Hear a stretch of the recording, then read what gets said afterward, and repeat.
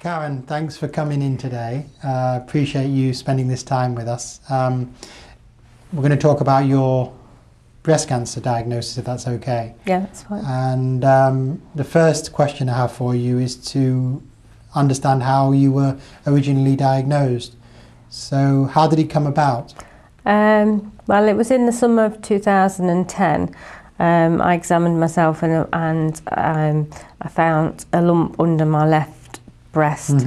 But at that stage, I had my bra and the Y was digging in. So I thought, oh, maybe it's the Y that's, caused a lump or something like that. I did go on to the websites to think, well, could it be breast cancer? And looking at the websites had said that, if you're under 50, it's very rare and, it's probably a cyst and things like that.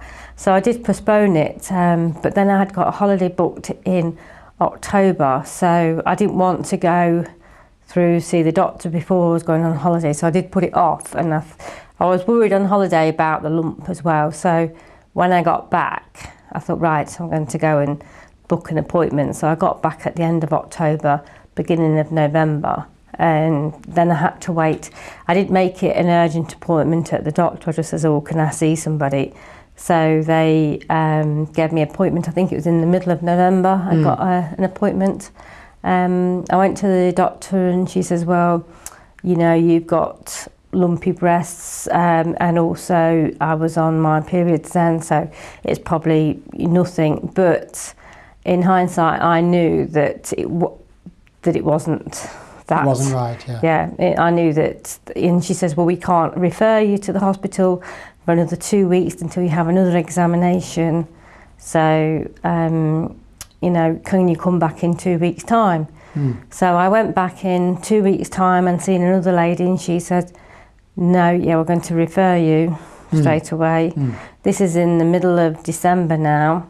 And she said, you should hear by about the 24th of December, get a letter. If you've not, give us a ring. Well, I hadn't received anything, and then it was Christmas, so then after Christmas I rang, I went in and I says, I've not heard anything, and somebody had lost my notes. Either they did or the hospital did. So then it had to go in again. So I didn't get my appointment to see the Glenfield till end of January. So all those little problems, all those little delays added up to quite a big delay. Yes. How long overall would you say it was from you finding the lump to actually going for expert opinion? 4 months. 4 months, yeah. Do you feel that delay affected anything at the end of the day? Yes, because on Christmas Eve, on Christmas Eve, I didn't feel well. I had a very funny turn on Christmas Eve, and I've never had a turn like that before. I felt really, I'd only had one glass of wine, I think, that was it. But I felt like something had gone through my body, like I was in shock. I couldn't stand, and I feel that on that day my cancer had spread.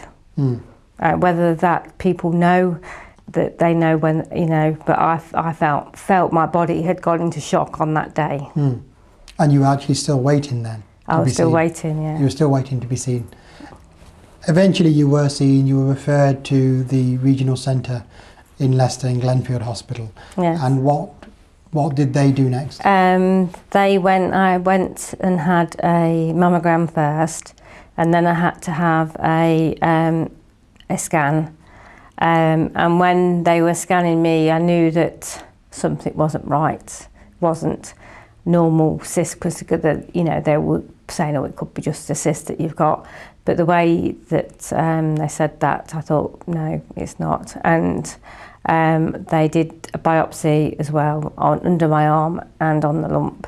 So, and then when I came out, they offered me a cup of tea, so I definitely knew that there was something mega up with me. So And then they diagnosed me, and he told me that more or less 90% it was cancer then. He knew from what he had already observed then? Yes. What the diagnosis was, most likely? Yes, he said it's most likely cancer.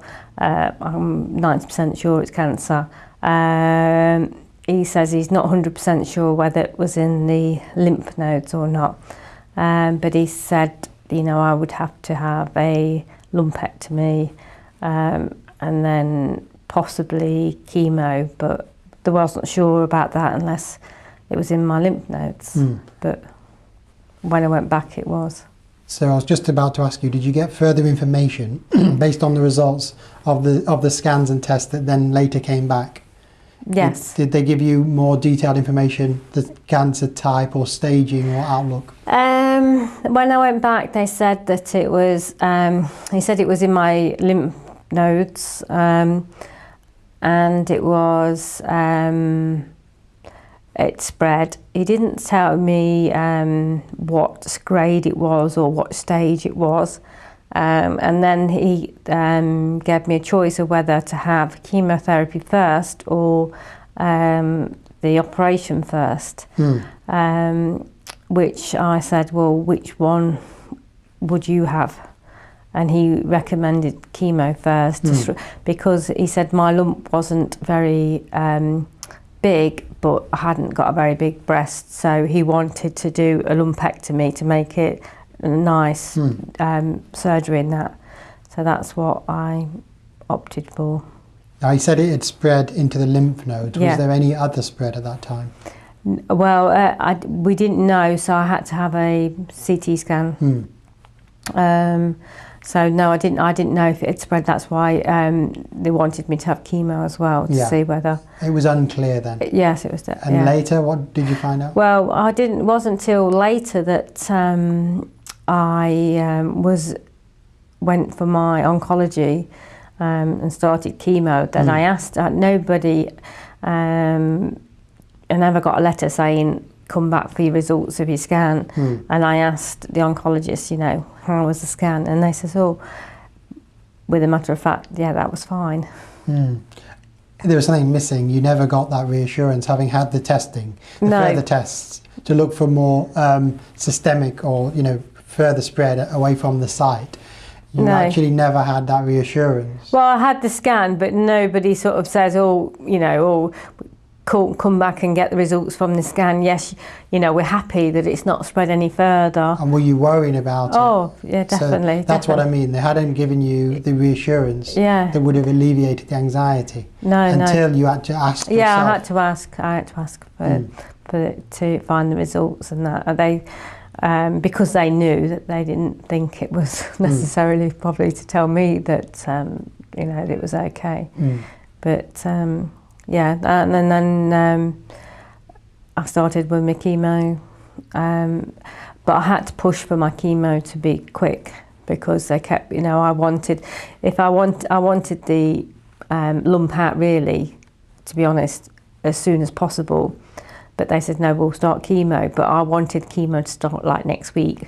But then it was like, oh, well, you have to go and see so-and-so for a review and, and we can't fit you in because we're fully booked and things like that. But I rang up and got in an appointment pretty early.